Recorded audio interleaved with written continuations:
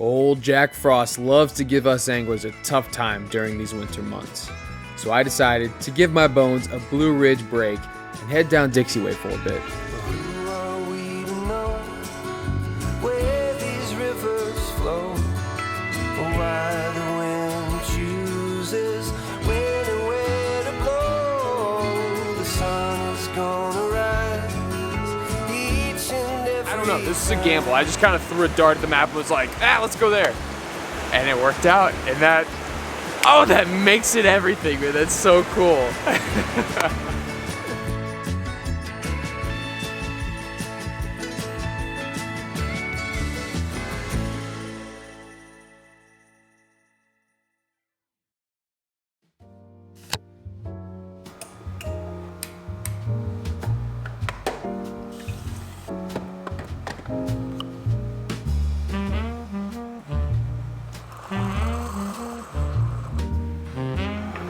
Well folks, good morning from Blueridge. I'm here in the Airbnb. We've still got a couple hours before that sun comes up, so I decided it'd be a good idea to kind of get up, get prepped. I'm going to look at onX, go over some waypoints real quick while I sip my morning joe and kind of enjoy this space a little bit more before we go back out to the frigid waters and try and hunt them trout. So stay tuned. We'll be up and going here in just a bit.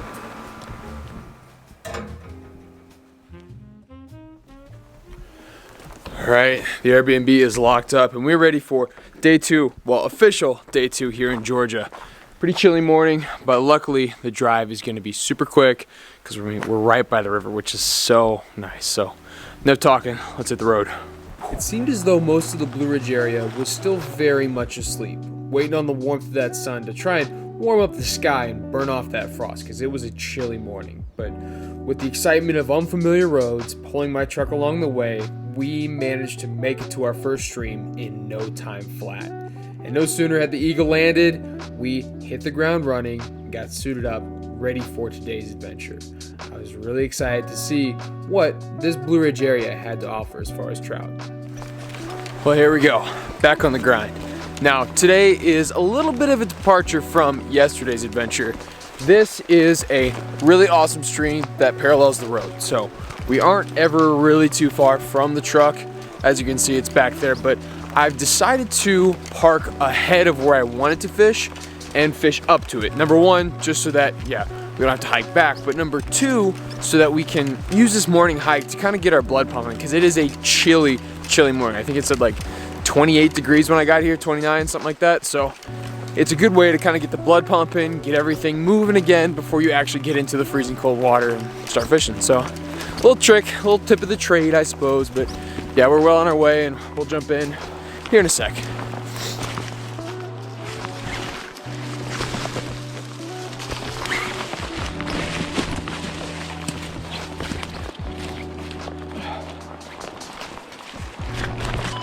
Okay, mark it down. First fall of the day, very nice. Ow. Huh. That's so good.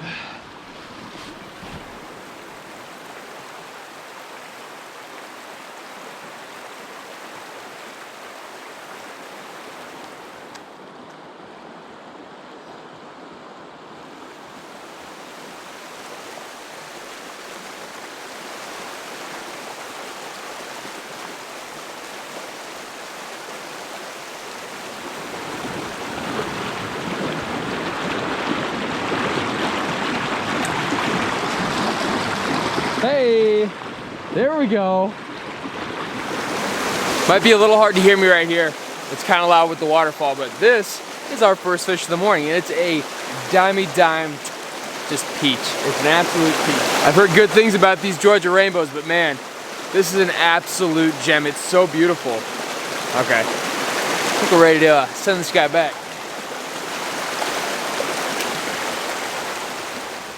Getting on that first fish was a huge relief, but the further upstream we moved, I was noticing a nasty trend, and I'm sure you guys see it too, but it seemed like every bend there was a new log jam or a massive laydown that made travel so hard. So we were only able to catch one more fish in this section.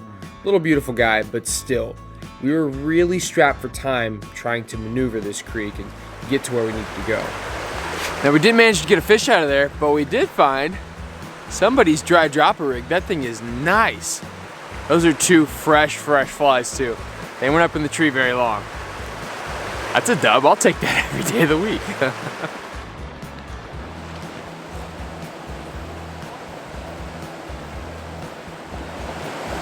Alrighty, my Onyx is showing me we are almost back at the truck. I think I'm just gonna cut my losses here and maybe find a new section. We've got a lot of river to fish and I don't think there's many people here, so might as well explore. And yeah, I mean, this section did us good. Got the skunk off at least, so yeah, let's head back to the truck. Hole hopping from spot to spot is super easy on this creek. The road is right there. But this is kind of a double-edged sword because as easy as I can access different spots, so can every other angler in North Georgia. So as we moved on to our second section here, I was kind of scratching my head again. I was wondering, man, why is all this really nice water not producing any fish? And as I was kind of putting the puzzle pieces together, I figured with how easy it was to access, man, these fish must see a lot of flies in a given year. So there was no doubt in my mind we were going after some very pressured trout. But I wasn't going to let that stop us because I knew there'd be fish in here. We just had to keep the grind going.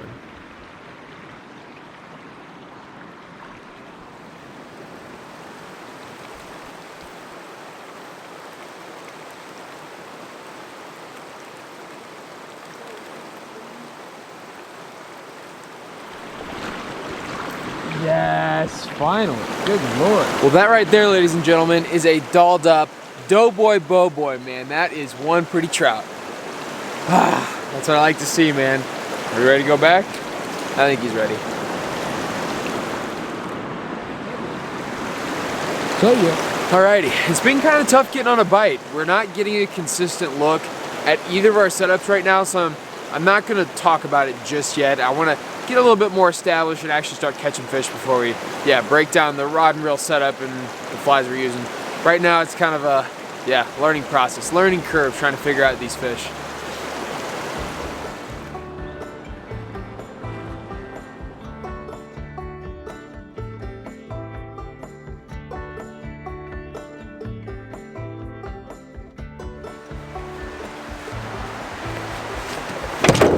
Well, we are back at the truck, the good old mule.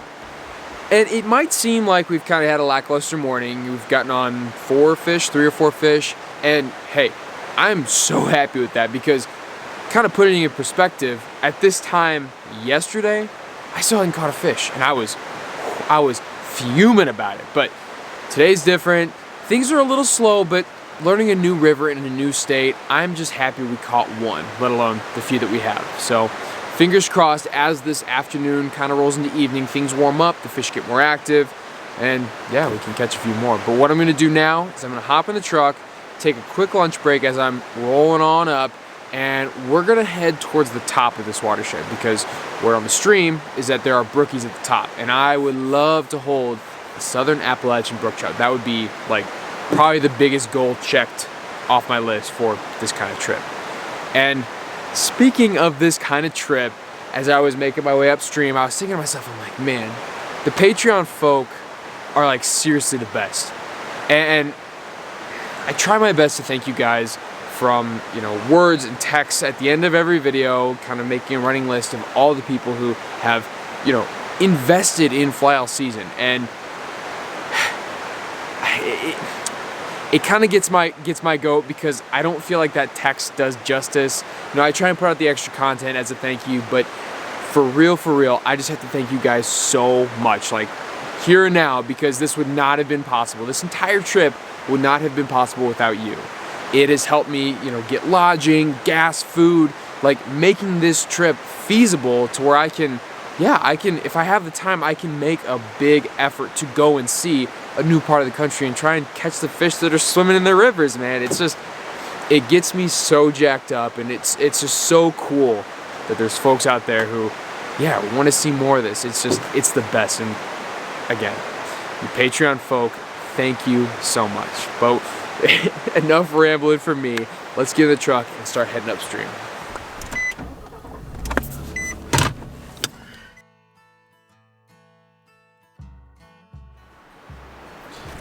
All right, time check is just after 1 o'clock, so we still have plenty of daylight to make something happen. I've scrambled, I've moved back down to the main section of the river, no more tributaries, and it looks like there's some waterfalls up the road, but there was no good access, so I had to park a little bit further down. So we're gonna walk up, try and fish those waterfalls, and maybe there's fish underneath them, I don't know. Kind of, yeah, last ditch effort here, let's go. You know, I was a little upset that the tributaries were just so busy because I was looking forward to getting on some brookies, or at least trying. But as we made our way down to the third section of the stream, I was convinced we were gonna find some fish. A lot of deep runs, a lot of deep pools, but again, there just didn't seem to be any trout sitting where I thought they would be sitting. So kept on moving upstream and surprisingly found some fish in shallower water.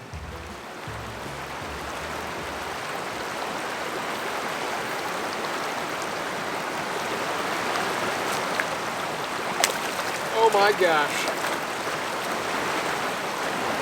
Oh, this afternoon has been a Mega Mondo grinder deluxe. It has been hard. I don't know what the hell the deal is, but the fish are being very fickle. But this guy gave me quite the surprise. He came up on our dry fly. Not just any dry fly, it was our adjustable. I'll show you that in a second. Let's get you a look at this guy. Well, that right there, ladies and gentlemen, is a North Georgia gem. Woo! He's flopping around. I think he's ready to get back. See ya. Thank you. Oh, it doesn't matter if it's a little fish. We needed something. We need to get something going this afternoon. Let me show you this cheeky rig. For those of you out there like myself that enjoy using a dry dropper rig, well, let me tell you, I've got some good news for you. For those of you who have heard this spiel before, I'm so sorry, but I'm gonna go on it again because I think it's important. This, ladies and gentlemen, this is the adjustable dry dropper. Yeah, you guys seeing that? Up and down the line, just like, pretty much like a New Zealand strike indicator. But what I've done is I've kind of innovated, I suppose, a way to use an adjustable dry dropper. So you can really manipulate that depth and, yeah, get down to those fish if and when you need to, but also, just like that fella, catch them on top without it sliding and losing them, blah, blah, blah, blah. If you guys haven't seen it yet, go check it out. I've got it all linked down below, so yeah, show you how to tie it, show you how to rig it. It's all in that video. But what's also kind of cool, a little nugget, is that I recently did a fly tying video on this sexy little number right here. So it's double parachute, crazy legged, ant hopper, beetle, whatever you want to call it. It's a terrestrial and it kicks ass. So gosh, man, today has just been a grind, but I'm glad we got that one. So let's wrap this up and keep moving upstream.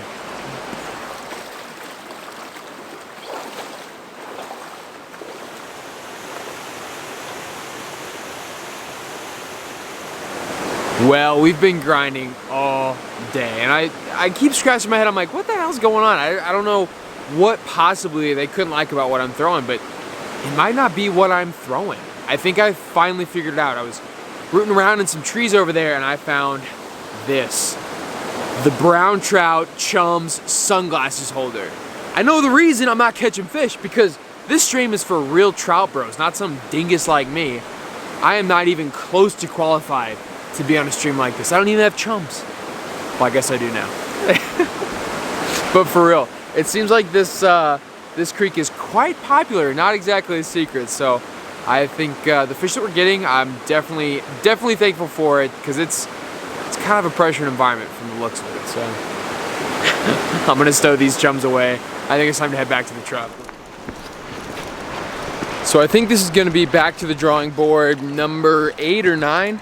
We've had a lot of rework sessions on this trip today, but I will say I'm not too terribly upset. Just being in a new place is awesome. But what I will say is that it's nothing like what I had read or what I had seen. So take that as fair warning before you go jumping into the deep end on a trip like this. It's not always going to be what you expect. So that's kind of prime time what we're running into today, kind of what we saw yesterday. And yeah, it's just time to keep turning those wheels, try and find a plan B. Might involve finding a new river as the sun keeps going down. I don't know yet. We'll figure it out on the way.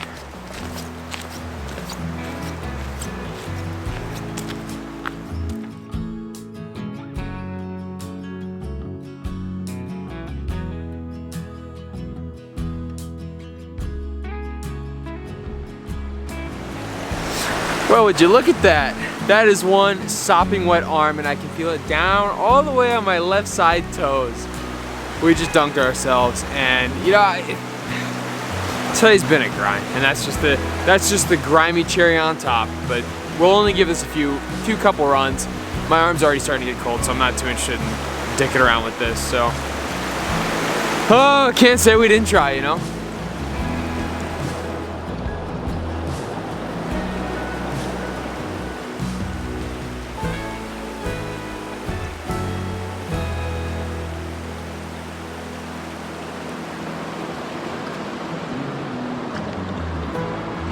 Oh my God, no freaking way. This could possibly be the biggest Hail Mary ever.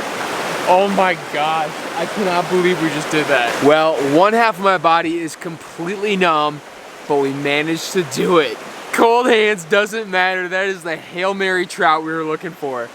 I did not expect to get a fish. I'll be completely honest with you. That is hilarious. I cannot believe we did it. Thank you, Mr. Stalker Rainbow. You saved my hide. Oh my gosh. That's, I don't know, you can't write that stuff. That's fantastic. I think it's safe to say we've had him out long enough. Time to get him back. All right, buddy. See ya. Thank you. Come again. It absolutely blows my mind, but in that first creek we were fishing, I had 0 looks on what I consider my bread and butter. That being a double nymph setup under a New Zealand strike indicator. So I've got my collared copper john and then a normal copper john, and that's what he ate underneath a deep New Zealand strike indicator. And then that big, deep riffle, that's where he bit. I don't know what they do here. I have almost 0 clue about this river, anything, you know, with regards to stocking wild, you know, fish numbers. I don't know, this was a gamble. I just kind of threw a dart at the map and was like, let's go there. And it worked out, and that makes it everything, man. That's so cool. Of course, I had to try at least a few more casts at this spot. But with the evening light coming in quick, I figured we didn't need to press our luck anymore. My entire left side was freezing cold, and the fish just weren't having it. So I waved the white flag and hightailed it back to the truck and back on those same unfamiliar roads from earlier this morning. My body was aching and we had a lot to unpack, so I was quite eager to make it back to the Airbnb and sit down and chill for a bit. And we are back, safe and sound, warm and dry in the Hidden Creek Airbnb. It is so nice to be sitting in front of the fire and kind of, going over, digesting and then processing everything that happened today. And today was a very, very busy day in Blueridge. So kind of breaking down our streams, I'd only planned on hitting one, and that was the noon tutla. So again, forgive my pronunciations. They're probably gonna be so garbage, but this noon tutla was supposedly the creme de la creme, the top tier freestone here in Georgia. I'd done my research, I figured, okay, everything checked out, saw a couple videos, I'm like, okay, let's give it a try. And pretty much from sun up to sundown, we grinded so hard.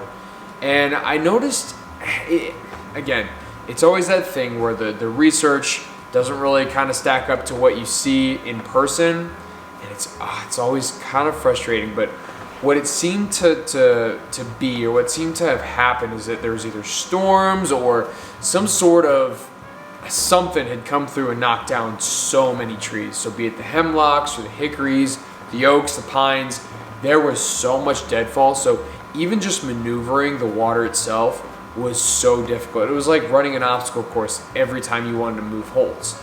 And so on top of having to climb over things, you had to keep your balance so tough. I mean, I've done Western freestones a lot. I know what it feels like, but these freestones are so slippery. I'm like doing the herky-jerky, trying not to just fall on my butt. But on top of that, it also seemed like this stream got a lot of pressure. I mean, I saw on a Tuesday so many cars. I mean, I guess I shouldn't call the kettle black because I'm there, but it just seems odd that there's so many people on a weekday going to this place. And then I'm like, oh man, what about on the weekends?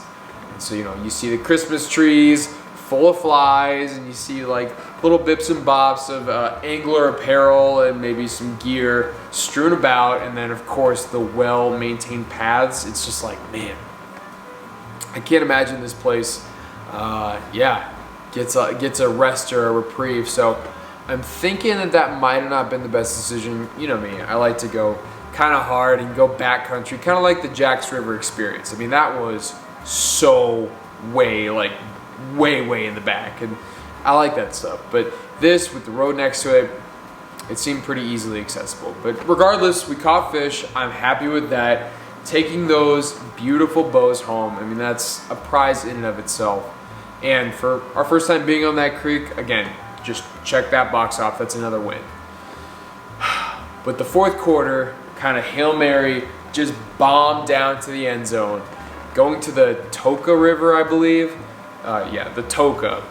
And just finding a random access point, going to the overhanging bridge and sending it. I mean, on top of falling in, I mean, that I was convinced, like, okay, this is insult to injury, our day is over. But getting him, boom, just minutes after, that was fantastic. And yeah, it's a stocker bow, but it makes me feel so good that I could have gone to a random river, looked at a couple different, you know, structure points and been like, I'm gonna go there, and boom, you go there, you catch a fish as the sun's going down, fourth quarter whistle blows, and the game is over. And that's a TD, baby. That's a big dub.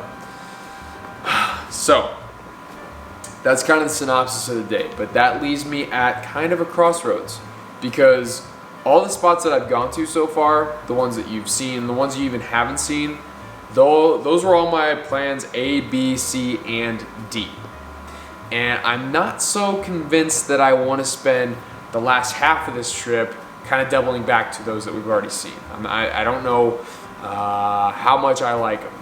So going forward, we've got 2 more days left, Wednesday and Thursday. Ideally, I'd like to make my way back north a little bit, because this is actually our last night in the Airbnb. I only wanted to kind of make a quick like interim stay to kind of help that in-between period of the truck camping excursion. So like I said, last night here, I'm gonna do some research tonight though. So the videos that you'll see tomorrow probably from tomorrow probably are gonna be new spots, new research. Gonna really put my nose to the grindstone and try and figure something else out, because I think Blueridge and then Northern Georgia in general has some amazing opportunities, and I want to go seek them out. So with that, folks, I'm going to kind of wrap up this day with a nice bow by just saying thank you so much for sticking around for these videos. It is, it's kind of a grind, but this is why I do this. This is why I like to go explore, because you can go to the same rivers, you can go to the places that you know that are familiar, and you can maybe find success, but that drive to explore, that burn for adventure, it gets me up, it gets me out, and it gets me to these cool places and seeing, like a completely different part of the country that I've never seen before. That gets me so jazzed up. Different way of life, a different scenery, different flora and fauna, and just everything about it, all kind of revolving around this, this trout thing. It gets me so jazzed. And so all your guys' support, be it on YouTube, the Patreon, Instagram, even like places like the Discord and the website, it all means the world to me. And the reason I'm kind of doing this is because there's monetary reasons that I can come and make a silly trip like this. So again, thank you so very much. And as we're going down the list of thank yous, I gotta give just a giant thank you to the hosts here at this Airbnb. I mean, you never know what to expect. I mean, you can look at the pictures and you can talk back and forth with the hosts, but getting here, I mean, this is amazing. I was just looking for a warm roof to kind of, again, bookend those those truck camping excursions, but this is like luxury. The fireplace, the coffee bar, the kitchen, the living, and everything. The shower, it's This is so nice. Now, I think it's meant to be like a couples retreat. It's tucked away way back, and it's just got every amenity you could even believe. And we're not even using it to its fullest extent, which I kind of feel bad about, but you know, what can I say? I'm here in the mornings and in the evenings. But if you're looking for a place to stay in Blueridge, I would highly, highly, highly recommend checking this place out. I've got all the information linked down below, and just to know that they helped fly all season out, I mean, that should be reason enough for you to check it out as well. And it'd be a perfect place to take, you know, a couples retreat, maybe 1 or 2 people on a fishing trip. There's a lot to offer here, and it's prime locale. I mean, we're talking heart of Blueridge. So, folks, stay with me here. Bear with me. We're almost done. Got to give, you know, the biggest, freest, fattest shout outs to the Dry Fly Society, Hex, and Ant. They're supporting fly all season, so go check them out. I've got all my QR codes listed down below, so if you're interested in any of their gear that you see me using, I've got a promo code. Go check it out. So the more you use that code, it helps them and it helps me. So again, thank you.